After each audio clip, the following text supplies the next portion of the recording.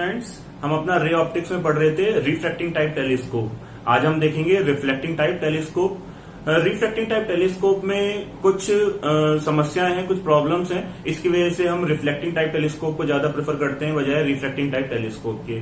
एक तो refracting type telescope में जो इमेज बनती है उसकी ब्राइटनेस थोड़ी कम होती है। हमें अगर कोई भी इमेज बनानी है तो वो ब्राइट बननी चाहिए, तो उसकी जो ब्राइटनेस है वो कम होती है।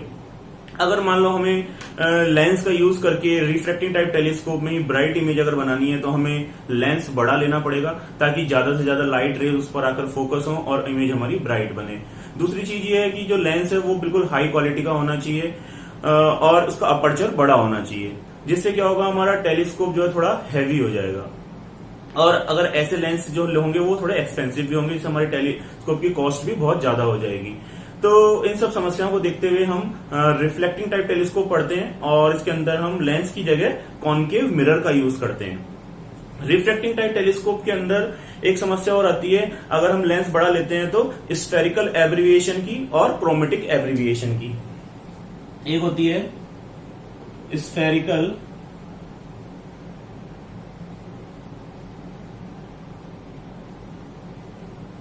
स्फेरिकल एब्रीविएशन की और एक क्रोमेटिक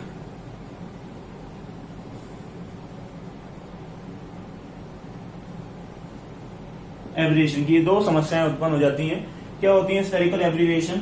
जैसे जो ये लेंस होता है और इस लेंस पर अगर लाइट रेज पैरेलल आ रही होती हैं तो ये लेंस लाइट रे को एक ही जगह फोकस न करके अलग अलग जगह फोकस करने लगता है।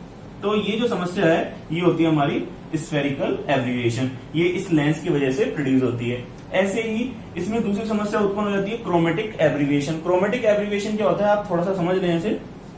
क्रोमेटिक एब्रीविएशन में ये जो लेंस है, लेंस का हर एक पोर्शन एक प्रिज्म की तरह बिहेव करने लगता है, यानी जो व्हाइट लाइट है उसे 7 कलर में स्प्लिट कर देता है और 7 कलर्स जो हैं वो अलग अलग जगह जाके फोकस होते हैं, इसलिए इमेज एक जगह नहीं बन पाती। इस वजह से भी हम लेंस की जगह पर कॉनकेव मिरर का यूज करते हैं। यानी ये दो समस्याएं होती हैं, स्फेरिकल एब्रीविएशन और एक क्रोमेटिक एब्रीविएशन। क्रोमेटिक एब्रीविएशन में जो व्हाइट लाइट है वो स्प्लिट हो जाती है, अलग अलग कलर्स में स्प्लिट हो जाती है, तो वो अलग अलग जगह जाके फोकस होने लगती है। तो जब अलग अलग जगह जाके फोकस होगी तो एक इमेज नहीं बनेगी, तो ये भी एक समस्या ही है। तो इन समस्याओं को देखते हुए हम क्या यूज लेते हैं, एक ऐसा टेलीस्कोप यूज लेते हैं जिसमें मिरर का यूज हो रहा हो, और ऐसा जो टेलीस्कोप होता है उसे हम कहते हैं रिफ्लेक्टिंग टाइप टेलीस्कोप। तो पहले इसका रिफ्लेक्टिंग टाइप टेलीस्कोप का हम कंस्ट्रक्शन देखेंगे। तो अब हम देखते हैं रिफ्लेक्टिंग टाइप टेलीस्कोप का स्ट्रक्चर कैसा होता है। इसे हम कैसे ग्रेन टेलीस्कोप भी कहते हैं। इसके अंदर एक ट्यूब यूज की गई है जो कॉनकेव मिरर की तरह बिहेव करती है। इसकी जो इंटरनल सरफेस है वो रिफ्लेक्टिंग सरफेस की तरह बिहेव करती है। तो आप देख सकते हैं यहाँ ये कॉनकेव मिरर की शेप में आएगी, तो ये बाहर पॉलिश कर दी गई है और अंदर रिफ्लेक्टिंग सरफेस की तरह बिहेव कर रही है ये। तो ये ट्यूब जो है ये as a concave mirror behave करती है इसके अंदर। और ये जो कॉनकेव मिरर बन रहा है इसके फोकस पर ही हमने कॉन्वेक्स मिरर रखा है और यहाँ इमेज को देखने के लिए एक आईपीस लेंस लगाया, कॉन्वेक्स लेंस लगाया इमेज को देखने के लिए। यहाँ इमेज बनेगी। किस तरह से इमेज बनेगी इसको देखते हैं। जब भी लाइट रे फार ऑब्जेक्ट से आएंगी तो वो पैरेलल आती है, हम जानते हैं पैरेलल आती हैं। तो ये पैरेलल रेज जैसे ही कॉनकेव मिरर पर स्ट्राइक करेंगी तो कॉनकेव मिरर से उनका रिफ्लेक्शन होगा, और जैसे ही रिफ्लेक्शन होगा, रिफ्लेक्शन होने के बाद लाइट रे जहां फोकस होना चाहेंगी तो उस फोकस होने की जगह पर हमने क्या लगा दिया, कॉन्वेक्स मिरर लगा दिया। तो यहाँ कॉन्वेक्स मिरर से वापस से वो क्या हो जाएंगी, रिफ्लेक्ट हो जाएंगी। रिफ्लेक्ट होके वो जिस पॉइंट पे मीट करेंगी, जहां पे वे मीट करेंगी वहां उस ऑब्जेक्ट की इमेज बन जाएगी और उसे हम आईपीस लेंस से इजिली देख सकते हैं। तो आप देख सकते हैं इसमें इमेज जो है वो ब्राइट बनती है compare to refracting type telescope. इस वजह से भी इसको यूज किया जा रहा है और इस टेलीस्कोप की बनाने की कॉस्ट भी रिफ्रैक्टिंग टाइप टेलीस्कोप से कम आती है। तो ये कुछ एडवांटेजेस हैं over the refracting type telescope. सबसे मेन समस्या जो आती है वो मैंने आपको बताई थी अभी, स्फेरिकल एब्रीविएशन की और क्रोमेटिक एब्रीविएशन की। उसमें इमेज जो है एक जगह नहीं बन पाती और ब्राइट नहीं बन पाती। क्रोमेटिक एब्रीविएशन में लेंस का हर एक पोर्शन प्रिज्म की तरह बिहेव करता है और वो लाइट रेज को क्या कर देता है, 7 कलर्स में स्प्लिट कर देता है। तो ये कुछ समस्याएं थी, इस वजह से हम पढ़ते हैं रिफ्लेक्टिंग टाइप टेलीस्कोप। अब हम इस रिफ्लेक्टिंग टाइप टेलीस्कोप की मैग्नीफाइंग पावर देखेंगे। जिस तरह से हमने एस्ट्रोनॉमिकल टेलीस्कोप यानी रिफ्लेक्टिंग टाइप टेलीस्कोप की हमने मैग्नीफाइंग पावर निकाली थी, ठीक उसी तरह इसकी भी होती है m equals to F not upon F e. लेकिन ये किस केस के लिए है? When final image is formed at infinity, यानी नॉर्मल एडजस्टमेंट के लिए है f not upon F e. यहां ये एफ नॉट जो है, एफ नॉट फोकल लेंथ है, focal length of the objective mirror,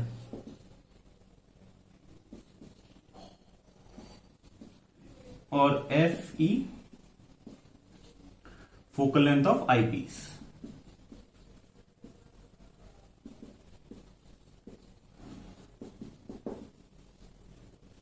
इसी तरह दूसरे केस में हम देखेंगे magnifying power m equals to F not upon F E 1 plus F E upon D. ये किस केस में होती है? जब हमारी फाइनल इमेज कहां बन रही हो? Minimum distance of distant vision.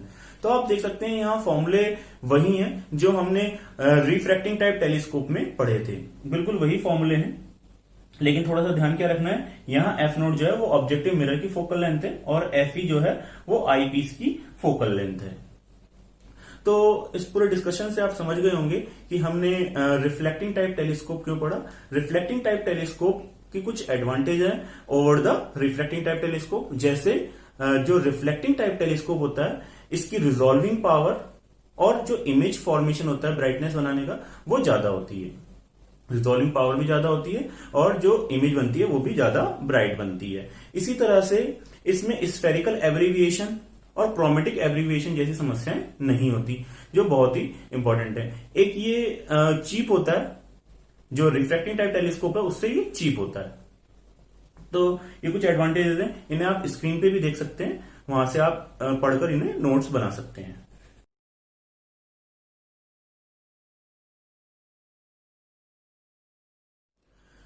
अब हम टेलीस्कोप पे ही कुछ न्यूमेरिकल्स देख लेते हैं, जिससे पढ़ी हुई थ्योरी हमारी क्लियर होगी, जो पढ़े हुए फॉर्मूले हैं वो हमारे थोड़े क्लियर हो जाएंगे। तो देखते हैं इसे। N astronomical telescope is constructed for magnification 50, यानी उसका m जो है नॉर्मल एडजस्टमेंट के लिए हमें 50 दिया हुआ है। If the length of the tube is 102 centimetre, यानी लेंथ ऑफ द ट्यूब दी हुई है हमें, then what would be the power of objective lens and eyepiece lens. Objective lens और आईपीस लेंस की हमें पावर कैलकुलेट करनी है। तो नॉर्मल एडजस्टमेंट के लिए हम जानते हैं कि m इक्वल्स टू होता है f not upon F E, और हमें गिवन डेटा क्या है वो हम लिख लेते हैं। m हमें गिवन है, m है 50, तो F not upon F e, यहां से एफ नॉट हो जाएगा 50 एफ ई। और हम आगे चले, यहां पर लेंथ ऑफ द ट्यूब दी हुई है, तो आप जानते हैं कि एस्ट्रोनॉमिकल टेलीस्कोप में नॉर्मल एडजस्टमेंट के लिए जो लेंथ ऑफ द ट्यूब होती है वो होती है L equals to F not plus F E, क्योंकि यू ई इक्वल्स टू हो जाता है एफ ई।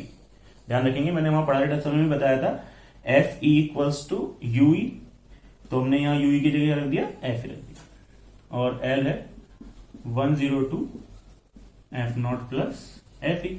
तो हम इन दोनों इक्वेशन को इजिली सॉल्व कर सकते हैं। यहां हमने मैग्नीट्यूड लिया है, ध्यान रखेंगे इसका, तो ये हो जाएगा 102 equals to F not 50 F E plus F E, तो ये होगा 51 F E equals to 102। It means F E equals to 102 upon 51, यानी इसे सॉल्व करेंगे तो ये आ जाएगा हमारा 2।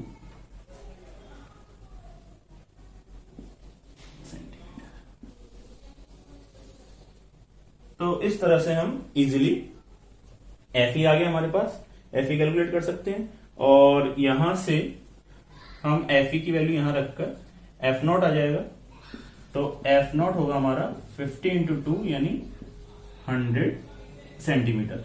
अब आप इनकी पावर निकाल सकते हैं। हम पावर का फॉर्मूला जानते हैं, P इक्वल्स टू होता है 1/f।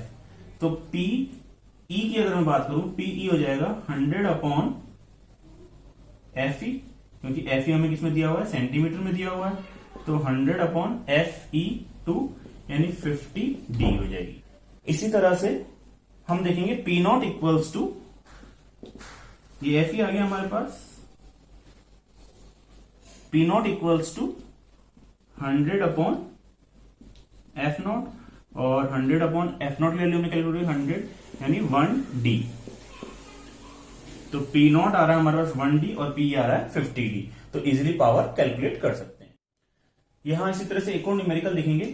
Focal length of objective lens of A telescope is 50 centimetre, यानी हमें एफ नॉट दिया हुआ है 50 सेंटीमीटर और एफ ई दिया हुआ है हमें 5 सेंटीमीटर। फोकल लेंथ दी है आईपीस की 5 सेंटीमीटर और minimum distance of vision D दिया हुआ हमें 25 सेंटीमीटर, और हमें क्या पूछा है, मैग्निफिकेशन पूछा है। तो हम मैग्निफिकेशन से जानते हैं कि m equals to the minus F not upon F E 1 plus F E upon D. तो हम फॉर्मूला लगा के इजिली सॉल्व कर सकते हैं। और टेलीस्कोप को कहां से फोकस किया गया था, 200 सेंटीमीटर से फोकस किया गया था। तो ये हो जाएगा minus F not 55 plus 1 plus F E 5 upon 25। तो ये हो जाएगा कितना 10। तो m इक्वल्स टू 10 और इसे सॉल्व करेंगे तो ये आएगा 25 प्लस 5 यानी 30 अपॉन 10 इंटू 30 अपॉन 25।